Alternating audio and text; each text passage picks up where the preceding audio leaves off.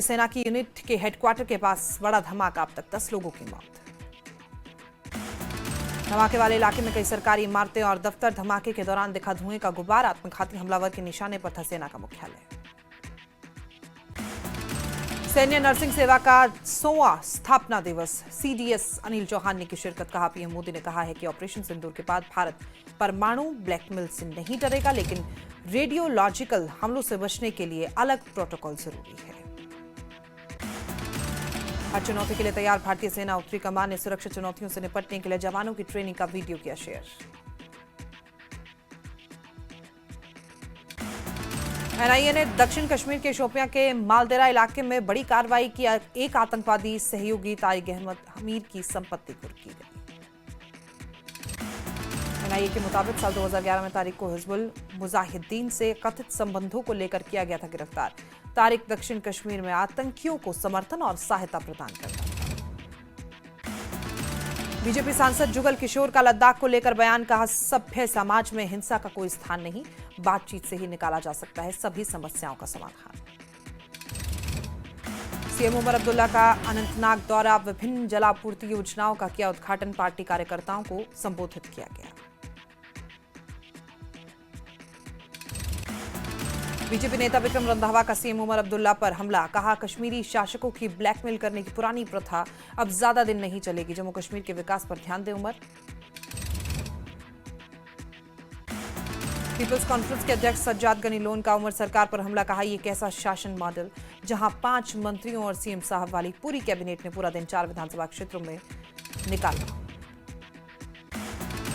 NC नेता तनवीर सादिक ने विधानसभा सत्र की तारीखों की घोषणा का स्वागत किया। बोले, हम जम्मू कश्मीर में आगामी विधानसभा सत्र की तारीखों की घोषणा का स्वागत करते हैं, जो लंबे समय से लंबित था। सत्र के दौरान चर्चा के लिए कई मुद्दे हैं। राजभवन में उपराज्यपाल मनोज सिन्हा से कांग्रेस के 11 सदस्यीय प्रतिनिधिमंडल ने मुलाकात की। प्रभावित लोगों की राहत पुनर्वास का मुद्दा उठाया। स्टेटहुड को लेकर सीएम उमर अब्दुल्ला का बयान। कहा कि स्टेटहुड हमारे लिए कोई एहसान नहीं है, स्टेटहुड सरकार का वादा है। लोग सब्र से काम ले रहे हैं, इसका गलत फायदा नहीं उठाना चाहिए। लद्दाख के मुद्दे पर सीएम उमर ने केंद्र पर निशाना साधा। बोले, लद्दाख के लोगों को यूटी मिलने से नुकसान ही हुआ। मैंने पहले ही लद्दाख के लोगों से कहा था कि जो मांग रहे हो, कहीं ऐसा ना हो मांग कबूल ना हो और हालात बिगड़ जाएं। सीएम उमर अब्दुल्ला ने गांदरबल में 36 करोड़ 50 लाख की परियोजनाओं का उद्घाटन किया। इससे खेल संबंधी बुनियादी ढांचे को मजबूती मिलेगी। सीएम उमर अब्दुल्ला ने गांदरबल का दौरा किया। बिहामा में खेल के मैदान का उद्घाटन। मंत्री सतीश शर्मा, सलाहकार नासिर और जिला प्रशासन के अधिकारी मौजूद। मिथुन मनहास के बीसीसीआई अध्यक्ष बनने के बाद जम्मू कश्मीर में खेल के बुनियादी ढांचे के विकास की नई उम्मीद जागी है। पूर्व क्रिकेटर बीसीसीआई की विभिन्न समितियों के सदस्य रहे रंजीत कलारा ने बात की। पीडीपी विधायक वहीद उर रहमान पर ने सड़क और भवन निर्माण में खाली पड़े पदों का मुद्दा उठाया। एक्सपोस्ट में लिखा कि जम्मू कश्मीर में पीएमजीएसवाई, नाबार्ड और पूंजीगत व्यय के तहत 10,000 करोड़ की परियोजनाएं ठप। मेंढर के मुख्य बाजार की एक दुकान में चोरी की कोशिश। हथौड़े से दुकान का ताला तोड़ते हुए सीसीटीवी कैमरे में कैद हुए चोर।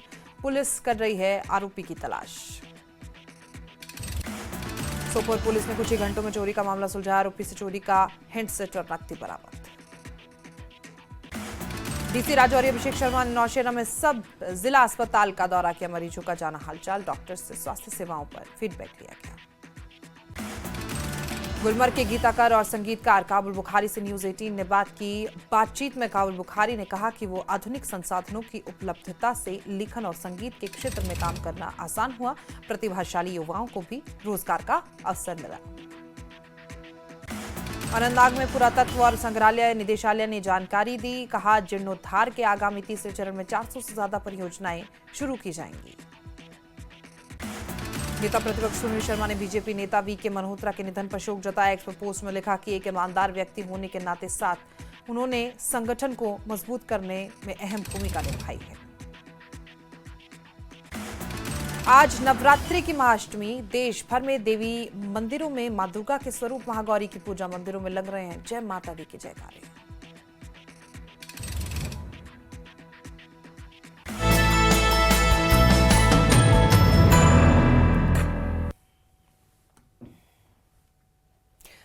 मुख्यमंत्री उमर अब्दुल्ला का स्टेटहुड को लेकर बड़ा बयान सामने आया है। उन्होंने कहा है कि मैं खूनी संघर्ष के लिए तैयार नहीं हूं, लेकिन हम लोकतांत्रिक तरीके से अपने अधिकारों के लिए लड़ेंगे। कल गांदरबल में सीएम ने स्टेटहुड को लेकर यह बयान दिया था और लद्दाख हिंसा का हवाला देते हुए कहा था कि हालात बिगड़ने में टाइम नहीं लगता, हम नहीं चाहेंगे यहां बेगुनाहों का खून बहाया जाए। तो उमर अब्दुल्ला का ये बड़ा बयान कहीं ना कहीं में जो हालात बने थे उनको लेकर कहीं ना कहीं लग रहा है कि इस तरीके की बात उनकी तरफ से की गई है और उनकी तरफ से कहा गया है कि समय नहीं लगता है हालात बिगड़ने में। स्टेटहुड को लेकर कई दिनों से मांग चल रही है, लगातार उनकी तरफ से हर बाइट में बयान उठाया जाता है कि स्टेटहुड को लेकर सरकार ध्यान क्यों नहीं दे रही है, क्योंकि वादा सरकार की तरफ से किया गया था। हालांकि आपको बता दें कि सरकार की तरफ से कहा गया था कि सही समय आने पर स्टेटहुड दे दिया जाएगा, लेकिन उनकी तरफ से कहा गया है कि मैं खूनी संघर्ष के लिए तैयार नहीं हूं, क्योंकि लेह में हम सब जानते हैं कि कितने लोग घायल हुए थे, लोगों की जान भी गई थी। उसके बाद वो कह रहे हैं कि वहां भी स्टेटहुड की मांग थी, यहां भी स्टेटहुड की मांग है। तो अगर हालात बिगड़ते हैं तो उसमें समय नहीं लगेगा। रियासत का दर्जा हासिल, अगर रियासत का दर्जा हासिल करने के लिए बीजेपी को हुकूमत में शामिल करना जरूरी है, तो मेहरबानी करके मेरा इस्तीफा आप लोग कबूल कर लीजिए और यहाँ किसी और एमएलए को आप वजीर आला बना के बीजेपी के साथ हुकूमत बनाओ। मैं बनाने के लिए तैयार नहीं हूं। मुझे जम्मू कश्मीर को दोबारा रियासत देखने के लिए इंतजार करना पड़े, मैं करूंगा। रुपए के 100 पैसों के बजाय रुपए के 50 या 70 पैसे का काम हो, मैं वो भी तस्लीम करने के लिए तैयार हूं। लेकिन इंशाल्लाह हम काम करके ही अपने आप को आपके सामने पेश करेंगे, ये मेरा वादा है आप लोगों के सामने। बीजेपी विधायक